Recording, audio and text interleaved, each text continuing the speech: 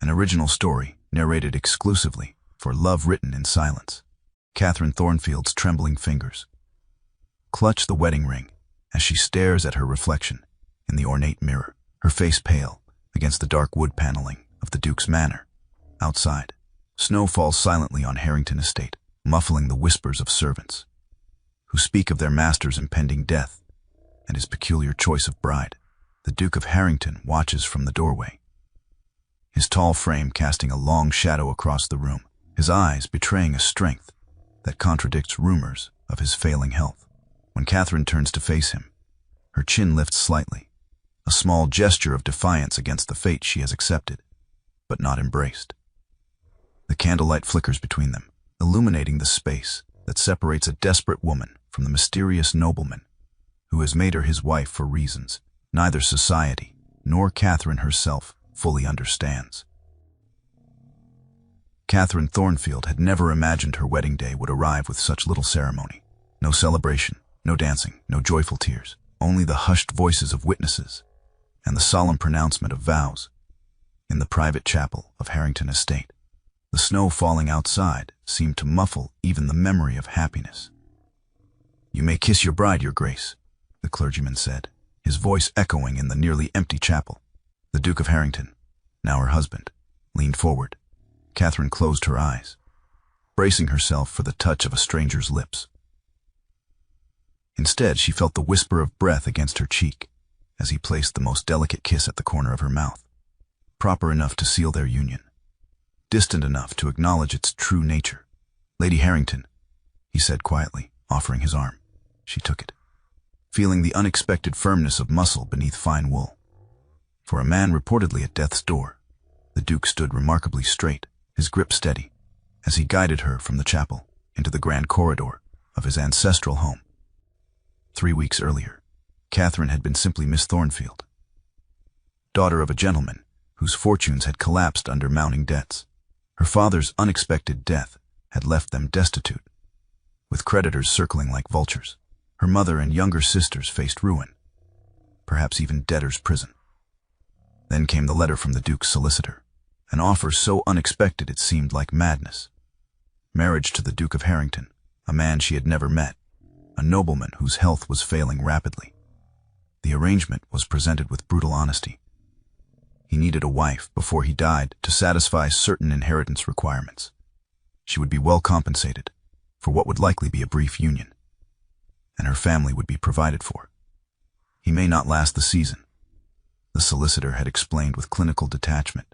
His Grace requires a legal wife, not a nurse or companion. Your duties will be minimal.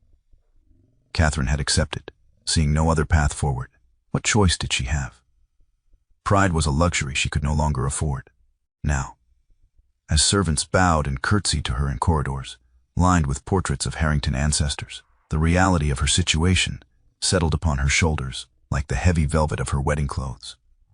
Garments chosen and fitted without her input, delivered to her temporary chambers that morning. "The staff have prepared the Duchess's suite," the Duke said as they reached the east wing. His voice was low, cultured, with none of the weakness she had expected. "I hope you'll find it comfortable." Catherine studied him properly for the first time. Tall and broad-shouldered, with dark hair showing only the faintest threads of silver at the temples. His face was handsome in a severe way, high cheekbones, a strong jaw, and eyes of such piercing blue they seemed to look through rather than at her. Nothing about him suggested terminal illness. "Thank you, Your Grace," she replied, keeping her tone neutral. "You're very kind." A slight smile touched his lips, practical perhaps. Kindness implies a more personal sentiment than our arrangement warrants. The brutal honesty was almost refreshing after weeks of veiled words and pitying glances from those who knew of her circumstances. "I appreciate your candor at least," she said. "We'll dine together at 7, he continued, "unless you prefer to rest after your journey." "I would prefer to understand my position clearly," Catherine said, surprising herself with her boldness. "The servants whisper, society speculates. I would rather hear the truth from you directly." The Duke regarded her for a long moment. "Fair enough. You are now the Duchess of Harrington. Your family's debts have been settled." Your mother and sisters will be established in a comfortable home with an adequate allowance. And you, he paused, you are my wife in name and legal standing. What happens after my death has been arranged to your benefit. And until then, she asked, her voice barely above a whisper, until then, we maintain appearances. We share this house, though not necessarily our lives beyond what propriety demands. He gestured toward the door they had stopped before. These are your rooms. Mine are across the corridor. I'll leave you to settle in. With a formal bow, he turned to leave.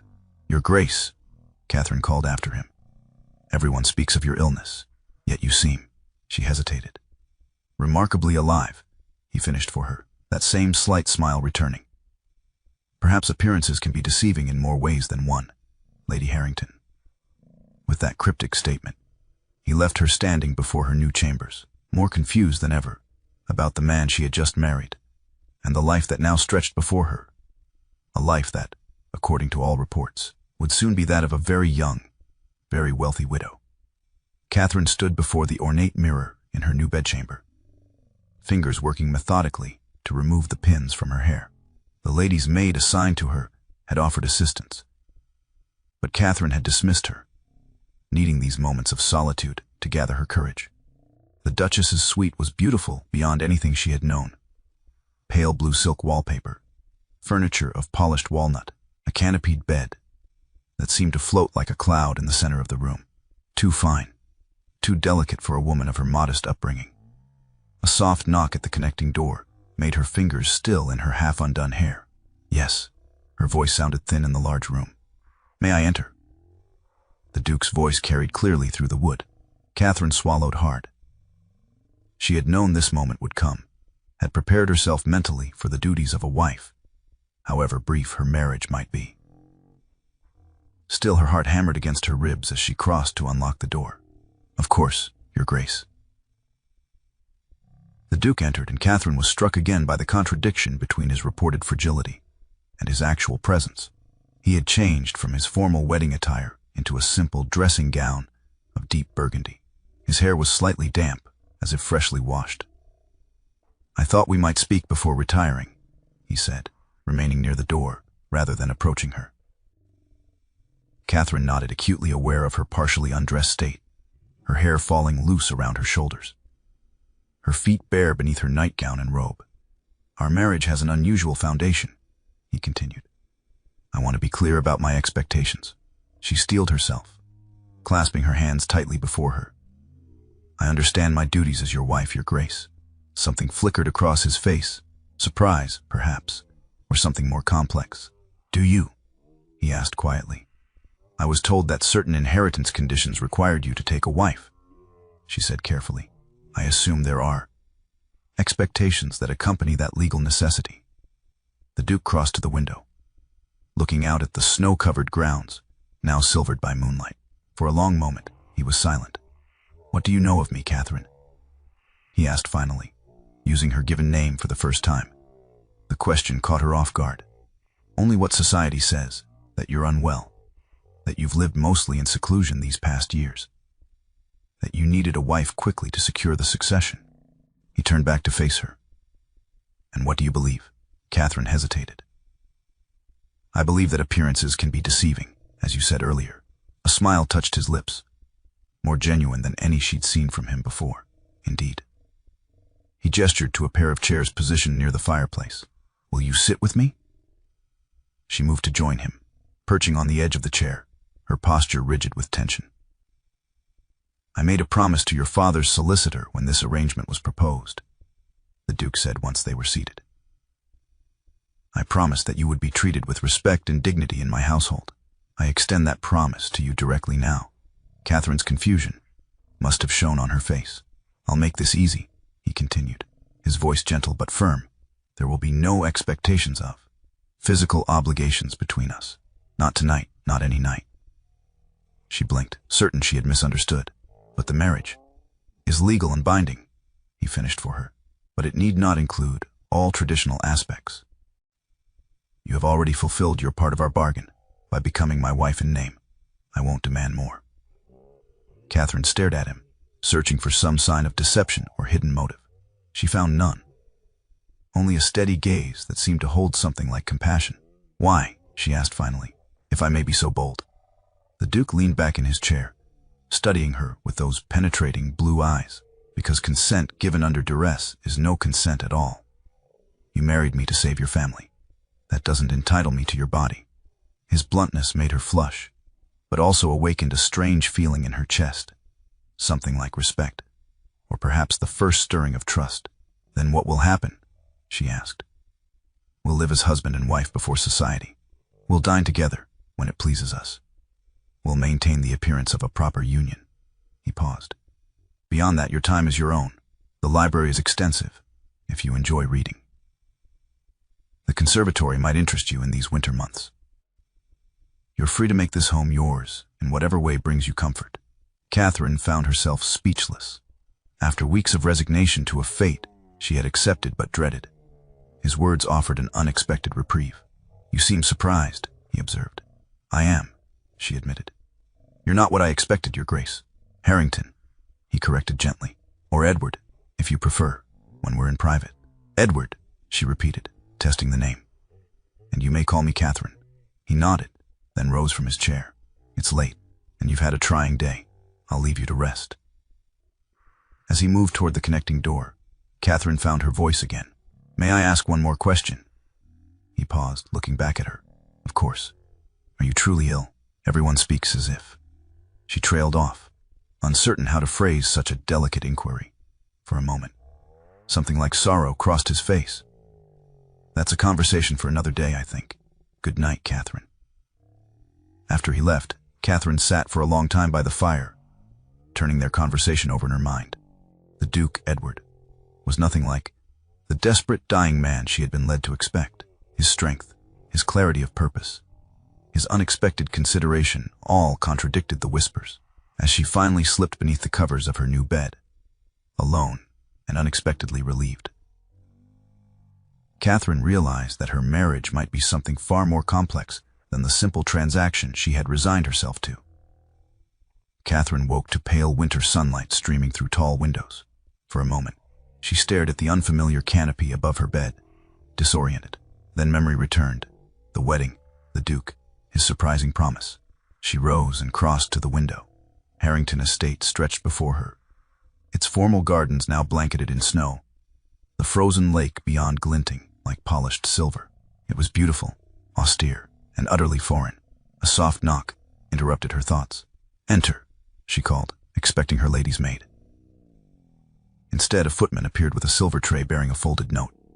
"From His Grace, my lady." Catherine opened it after the servant departed. "Catherine, I ride each morning, regardless of weather. Join me for breakfast at 9, if you're so inclined. The blue morning room overlooks the East Gardens. Harrington." His handwriting was strong and decisive, with none of the shakiness one might expect from an invalid. Another contradiction to add to the growing list. At precisely 9, Catherine entered the blue morning room to find the Duke already seated at a small table. Newspapers spread before him. He rose immediately. "Good morning," he said, gesturing for her to join him. "Did you sleep well?" "Yes, thank you." She settled into the chair a footman held for her. "Do you truly ride every morning, even in this weather?" A smile touched his lips. "Especially in this weather. There's nothing quite like the silence of fresh snow." As they breakfasted, Catherine observed him carefully. His movements were fluid and precise as he buttered toast and poured tea. His complexion was healthy, his appetite robust. Nothing about him suggested illness. "You're studying me," he remarked without looking up from his newspaper. Catherine flushed. "Forgive me. I'm trying to reconcile what I see with what I've been told." He folded the paper and set it aside. "And what do you see?" "A man in excellent health," she answered honestly. The Duke nodded slowly. "Appearances can be complex things, Catherine. Sometimes they're maintained for reasons beyond the obvious." Before she could press further, a butler appeared at the door. "Your Grace, Mr. Winters has arrived regarding the estate accounts." "Thank you, Simmons. I'll see him in the study." He turned to Catherine. "Duty calls. Perhaps you'd like to explore the house today. Make yourself familiar with your new home." Catherine spent the morning doing just that, wandering through gallery after gallery of Harrington ancestors, library shelves filled with centuries of collected knowledge. Rooms designed for every conceivable purpose, from music to cartography. Around midday, she found herself in the conservatory, a cathedral of glass filled with plants from every corner of the empire. In the center, to her surprise, she discovered the Duke himself. Sleeves rolled up as he carefully pruned a flowering vine. He looked up at her footsteps. "Ah, Catherine, have you been enjoying your explorations?" "Very much," she replied, approaching cautiously. "I didn't expect to find you here." "No." He snipped a dead stem with silver shears. "Where did you expect to find me? In bed, perhaps, or attended by physicians?" He set down his tools, wiping his hands on a cloth. "Would that better suit the narrative you were given?" There was no accusation in his tone, merely curiosity. "I don't know what to think anymore," she admitted. "Nothing about you matches what I was told." "Come," he said, gesturing to a small wrought iron bench among the greenery. When they were seated, he continued. "This house has many stories within its walls. Some are true, some are convenient, some are necessary." "And which category does your illness fall into?" she asked boldly. His blue eyes studied her face. "You're direct. I appreciate that." He paused. "Let's just say that sometimes perceptions serve purposes beyond the individual." It wasn't an answer. Not really. But Catherine sensed she would get nothing more direct for now. In the days that followed, they established a quiet routine. Breakfast together each morning after his ride. Afternoons spent separately. He with estate business, she exploring her new domain. Dinner in the formal dining room, followed by conversation in the library, where she discovered his keen intellect and unexpected wit. Never once did he approach her chambers after that first night. Never once did he treat her with anything less than perfect respect. A week into their marriage, Catherine realized with a jolt of surprise that she was looking forward to their evening conversations, that she found herself watching the clock as afternoon waned. More alarming still was the warmth that spread through her when he smiled, the way her heart quickened when he entered a room. It was dangerous, this feeling. Dangerous because it felt like the beginning of caring, of attachment, perhaps even of love. And loving a man who was either dying or deceiving her seemed the height of foolishness. Yet as January deepened around them, Catherine found herself falling nonetheless. "The Dowager Countess of Pembroke and Lord James Harrington," announced Simmons from the doorway of the drawing room. Catherine straightened her spine, smoothing invisible wrinkles from her gown. After 3 weeks of relative seclusion with only the Duke for company, the arrival of his family members sent a flutter of anxiety through her. Edward rose beside her, his posture impeccable as always. "Aunt Eleanor James, how good of you to brave the weather."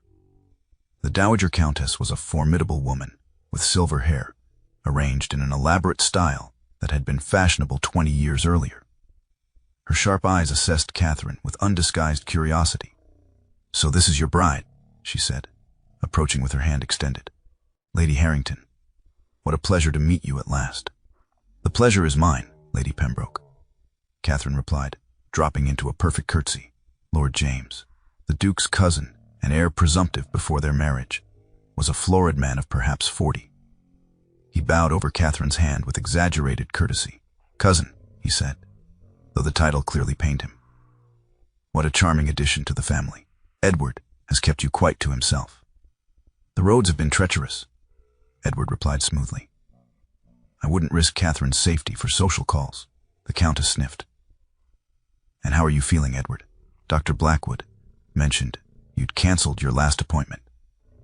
Catherine watched her husband carefully. This was the first she'd heard of any physician. "I've been well enough," he answered, gesturing for them all to be seated. "Tea, I think, Simmons. And perhaps some of those almond biscuits Catherine enjoys." The small gathering proceeded with superficial pleasantries, but Catherine noticed how differently Edward behaved in his relative's presence. He moved more deliberately, as if conserving energy. Twice he pressed his fingers to his temple, as though pained, when a footman offered a tray of delicacies. The Countess waved them away from him. "Nothing too rich, Edward. Remember what happened at Christmas." "Indeed," Lord James added, his voice heavy with concern that didn't reach his eyes.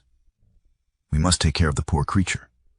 Something flashed in Edward's eyes, a momentary hardening that Catherine had never seen before. "My health is not a subject for performance," he said quietly. "Let us speak of more pleasant matters. James, I understand your son has been accepted at Cambridge." The conversation shifted, but Catherine's mind remained fixed on Edward's words. Not a subject for performance.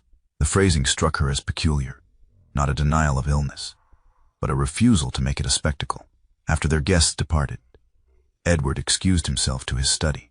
Catherine found herself wandering to the library, pulling volumes of medical texts from shelves, searching for anything that might explain his contradictory behavior.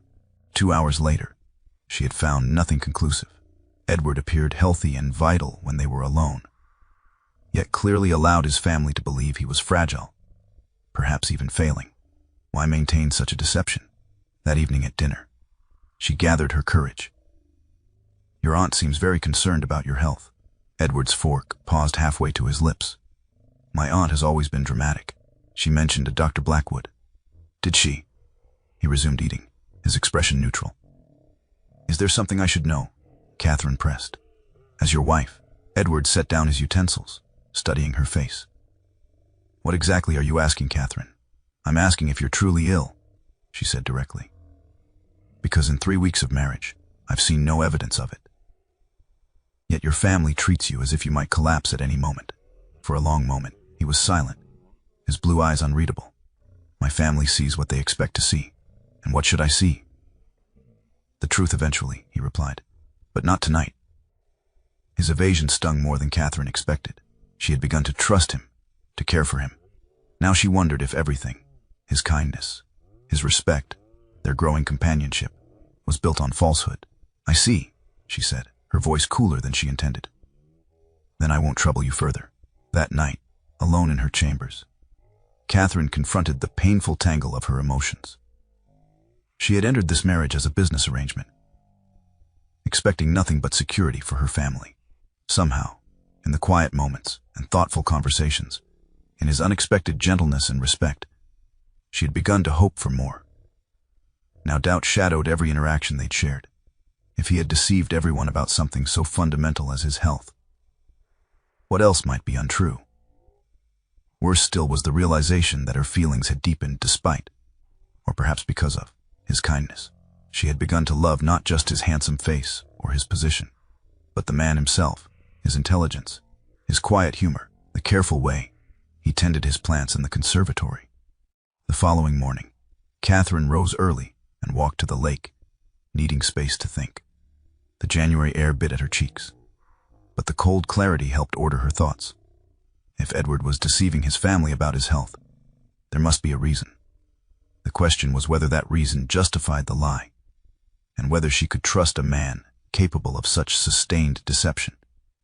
As she turned back toward the house, she saw him watching from his study window. Their eyes met across the distance, and neither looked away. In that moment, Catherine knew she could no longer live in this limbo of half-truths and careful evasions. It was time for honesty, whatever the cost. That evening, Catherine found herself standing before the heavy oak door of Edward's private library. She had never entered this inner sanctum before. It was the one place in the house he kept entirely to himself. She knocked firmly. "Enter," came his voice from within. The room beyond was smaller than the main library, lined with books from floor to ceiling. A fire burned in the grate, casting dancing shadows across leather-bound volumes and illuminating Edward where he sat behind a massive desk. He looked up, surprise evident on his face. "Catherine, I didn't expect you." "No, I imagine you didn't." She closed the door behind her. "But I believe we have matters to discuss." Edward set aside his pen and leaned back in his chair, studying her with those penetrating blue eyes. "You seem determined." "I am."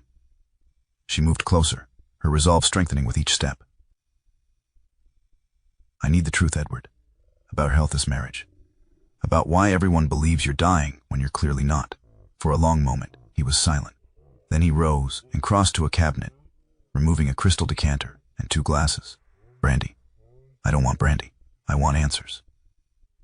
He poured himself a measure anyway, taking a deliberate sip before turning to face her. "You're right, of course. It's time you knew everything." Catherine waited, heart pounding. "I'm not dying," he said finally. "I never was." Though she had suspected as much, hearing him confirm it sent a jolt through her. "Then why?" "Politics and inheritance," he interrupted. "The Harrington title carries significant properties and voting rights. My cousin James has been maneuvering for years to gain control, aligning himself with interests that would strip the estate and sell its assets to industrialists." He gestured for her to sit, continuing when she remained standing. "2 years ago, my solicitor discovered a clause in the entailment. If I died without a wife, even if I had named an heir, James could contest the succession on grounds that I had failed to establish a proper ducal household." "So you needed a wife," Catherine said slowly, "but not because you were ill. The illness was an exaggeration that served a purpose." Edward set down his glass.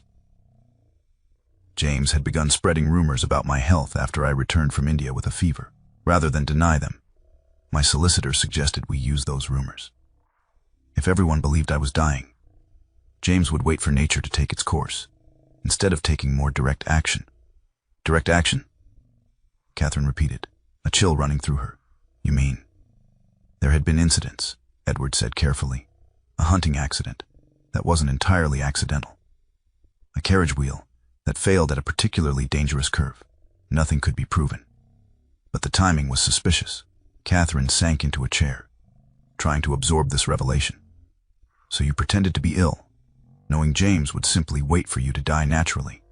"Precisely. But as months passed and I failed to deteriorate, he began pressing for medical opinions, suggesting I wasn't competent to manage the duchy." Edward's expression hardened. "I needed to secure the succession before he could make a legal challenge. I needed a wife." "And I was convenient," Catherine said, unable to keep the bitterness from her voice. "A woman desperate enough to accept any terms." Edward crossed to her, kneeling before her chair, so their eyes were level. "You were recommended by your father's solicitor as a woman of intelligence and character. The desperation was unfortunate, but made negotiations simpler." "Negotiations," she echoed. "Is that what you call deceiving me into believing I was marrying a dying man?" "You were told our union would be brief," he corrected. "The assumption was yours." "An assumption you and your solicitor deliberately encouraged." Catherine stood abruptly, moving away from him. "My family's security, my entire future, all of it rests on a lie." Edward remained where he was, watching her with those steady blue eyes. "The provision for your family is real. The settlements made in your name are legal and binding, regardless of how long I live. That's not the point." Catherine's voice rose, despite her efforts to remain calm. "You made me complicit in a deception without my knowledge or consent." "Yes," he admitted quietly, "I did." His simple acknowledgement caught her off guard. She had expected justifications, perhaps even anger at her accusations. Instead, he offered only truth. "Why tell me now?" she asked, her voice steadier. "Because you asked," he said. "And because I've come to respect you too much to continue the lie." Catherine turned to stare into the fire, trying to order her thoughts. Everything she had believed about her marriage, about her husband, had been built on carefully constructed falsehoods. "What happens now?" she asked finally. Edward rose to his feet. "That depends on you. Legally, our marriage stands. But if you wish, we can arrange a separation. You would retain your title and settlements. Your family would remain secure. And if I stay, then we continue as we have been, but without the weight of deception between us." He paused. "I've grown fond of our arrangement, Catherine. Fonder than I expected to." The words hung in the air between them, laden with unspoken meaning. Catherine faced him, searching his expression for any sign of further manipulation. She found none, only openness, and something that might have been hope. "I need time," she said at last. "Time to think, to decide what this means for us." Edward nodded. "Of course. Take all the time you need. I'll move to the guest wing for now," she continued. "I can't. I need distance to see this clearly. I understand." He made no move to stop her as she walked to the door. "Catherine," he called as her hand touched the latch. "For what it's worth, I'm sorry for the deception, but not for the marriage itself." She paused, not turning back. I don't know yet if I can say the same. With that, she left him standing alone in his private library, surrounded by the weight of truth, finally spoken aloud. For 3 days, Catherine kept to the guest wing, emerging only for solitary walks in the winter gardens. She needed this isolation to untangle her thoughts, to separate emotion from reason. The facts were clear. Edward had deceived her about his health. He had allowed her to believe she was marrying a dying man, knowing she expected to be a widow within months. Yet other facts were equally undeniable. He had treated her with unfailing respect. He had honored his promise to make things easy on their wedding night. He had provided generously for her family, and in the quiet moments of their brief marriage, he had shown her kindness, intelligence, and honor in all things, save one. On the 4th day, Catherine requested pen and paper. She wrote 2 letters, one to her mother, assuring her that all was well despite her temporary relocation within the house, and one to Edward's solicitor, Mr. Graves, requesting his presence at the estate on a matter of legal importance. On the 5th day, she sent a note to Edward himself. Your Grace, I would appreciate a meeting this afternoon in the chapel. Mr. Graves will join us at 3 o'clock. Catherine, his reply, came within the hour. I will be there. Whatever you decide, I will honor it. Edward. The private chapel was cold despite the fire lit in preparation for their meeting. Catherine had arrived early, needing these moments of solitude to steady herself.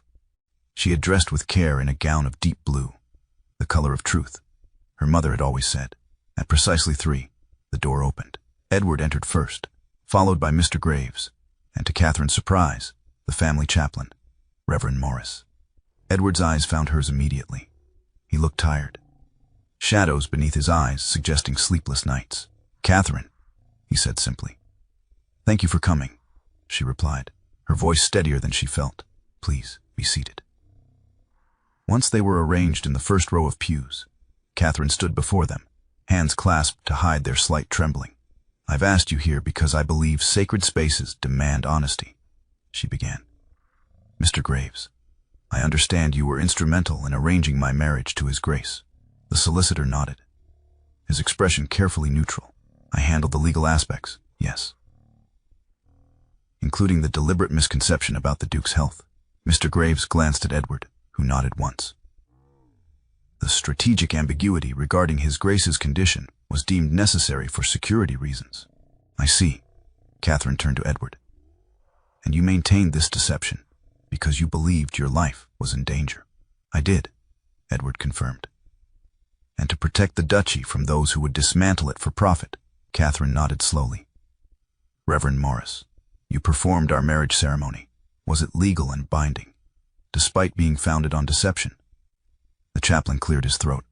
The sacrament of marriage requires free consent, which you both gave. The circumstances surrounding that consent may be complicated, but the marriage itself is valid in the eyes of both church and law. Thank you. Catherine took a deep breath.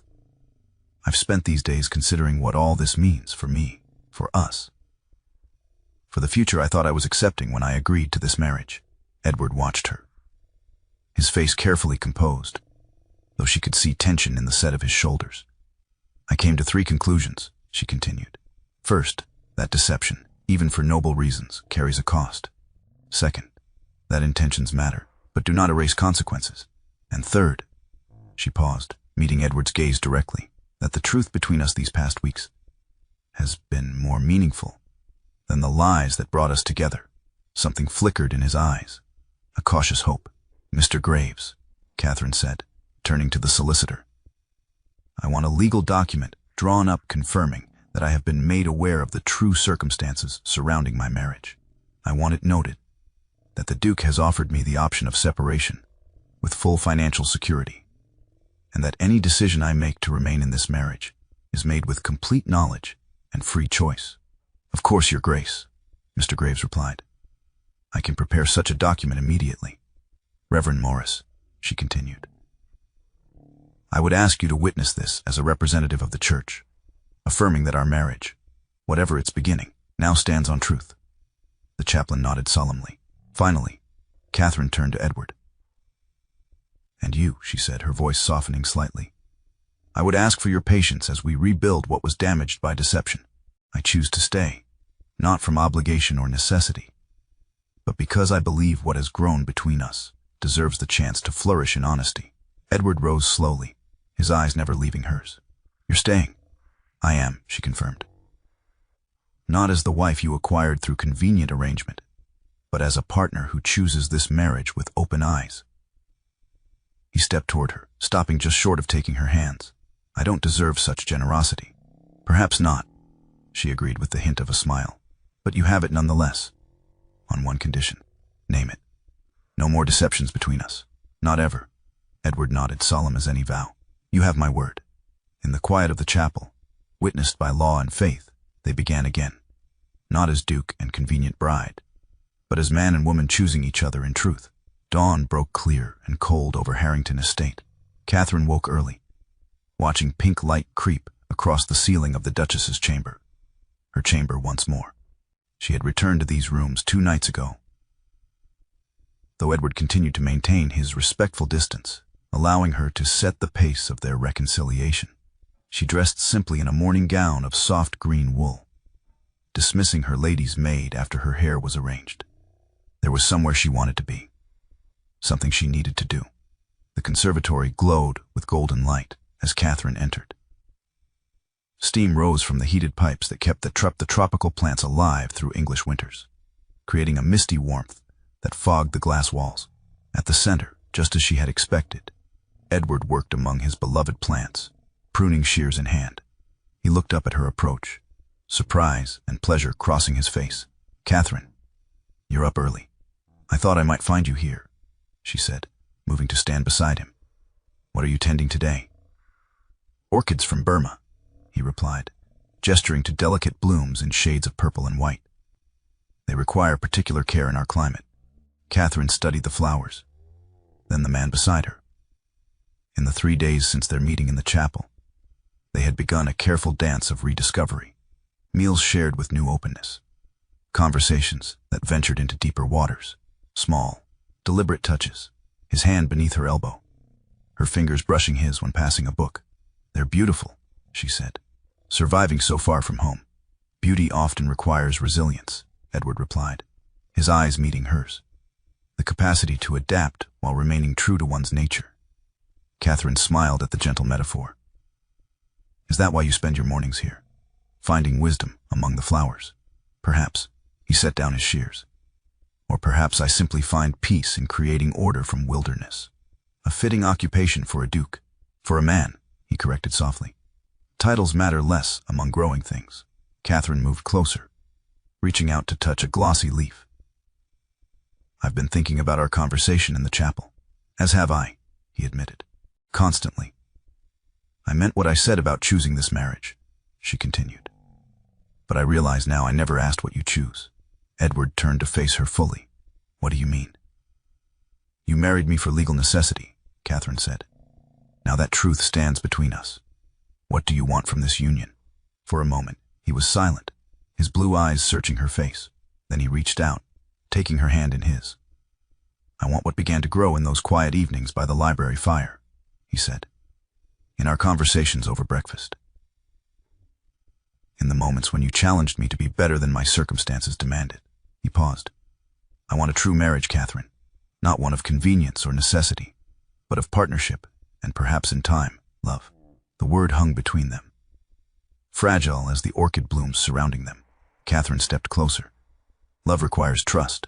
It does, he agreed. Trust I betrayed with deception.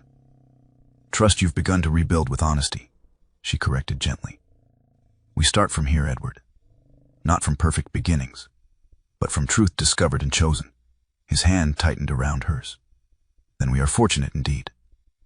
Catherine reached up, straightening his collar with careful fingers. The gesture was simple, domestic, yet intimate in its casualness. You're meeting with the estate manager this morning. Yes, he confirmed, watching her with quiet wonder. She smoothed the fabric of his coat, her touch lingering. Then I shouldn't keep you.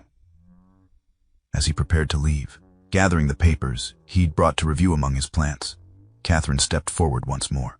With deliberate care, she adjusted his cravat, her fingers brushing the warm skin of his neck. "I'll make this easy," she said softly, echoing his words from their wedding night. Edward's breath caught. He understood the transformation of the phrase, from resignation to promise, from duty to choice. "Catherine," he murmured, his voice rough with emotion. She met his gaze steadily. "We have time now. Time to build something true." In the golden light of dawn, surrounded by plants that had journeyed far from their native soil to flourish in new ground, they shared their first real kiss, not the formal touch of their wedding day, but a gentle meeting of hearts, finally moving in the same direction.